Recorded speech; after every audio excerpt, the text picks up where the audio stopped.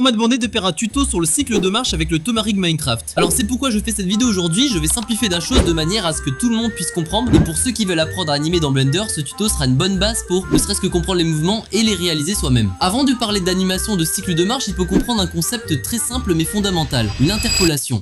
L'interpolation, c'est ce qui différencie l'animation 3D de l'animation 2D classique. En animation 2D, on anime chaque frame à la main, généralement on est en 24 images par seconde. Ça veut dire que pour une seule seconde, il faut 24 dessins. Tout est sous ton contrôle, mais c'est beaucoup de boulot. En animation 3D, c'est différent. Pour créer un mouvement, on a besoin de 2 clés d'animation minimum. Une au début du mouvement, une à la fin. Et le logiciel, ici Blender, s'occupe de calculer ce qui se passe entre les deux. Imagine, un employé part de chez lui à 8h, il doit arriver au travail à 8h15. En animation 3D, on met une clé à 8h au point A et une clé à 8h15 au point B. Blender va calculer tout le trajet entre les deux points comme un GPS qui complète le parcours. Alors qu'en animation 2D, tu devrais dessiner chaque étape du trajet, soit 24 images, voire 15 minutes égale 21 600 images à dessiner. En 3D, seulement 2 images clés suffisent. Maintenant qu'on a compris le principe d'interpolation, on va entrer dans le vif du sujet, le cycle de marche.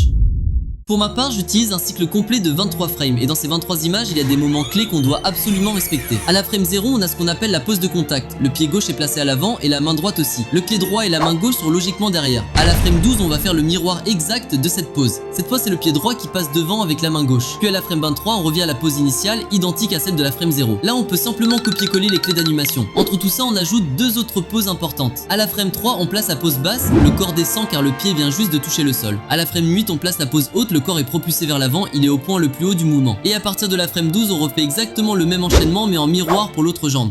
Maintenant, tu vas sûrement te demander pourquoi 23 frames exactement. En fait, c'est une question de timing. Plus tu laisses de frames entre chaque pose clé, plus le mouvement va être long. A l'inverse, si les poses sont très rapprochées dans le temps, ton personnage va marcher très vite. Parfois trop vite et ça devient irréaliste. 23 images, c'est ce que je trouve personnellement le plus fluide pour un pas complet, ni trop lent, ni trop rapide. Mais évidemment, ça dépend de ce que tu veux obtenir. Une marche lente, rapide, un personnage stylisé, robotique, etc. Celui du golem par exemple sera 2 fois plus long et sera sur 46 frames au lieu de 23. Ce n'est pas universel, mais le cycle est déjà clean comme ça et il y a un détail très important. Si tu veux faire avancer ton personnage sans qu'il donne l'impression de glisser ou d'accélérer tout seul, il faut aller dans le Graph Editor, sélectionner la courbe du route, le contrôleur principal du rig et passer l'interpolation en linéaire en sélectionnant tous les points en allant dans Key et interpolation en linéaire. Sinon, Blender applique une accélération automatique entre les clés et le personnage va démarrer lentement puis s'accélérer sans raison. En linéaire, le déplacement reste constant. Si on se doit de modifier le route, c'est parce que c'est le contrôleur qui sert à déplacer le rig en entier. C'est le mouvement le plus important car s'il n'est pas synchro avec le reste, le défaut est flagrant. C'était tout pour ce petit tuto. Si vous avez des questions, vous pouvez rejoindre mon tout nouveau serveur Discord dans la description. Vous trouverez également le fichier du cycle de marche que j'aurais fait dans cette vidéo pour que vous puissiez le réutiliser gratuitement. A plus et merci.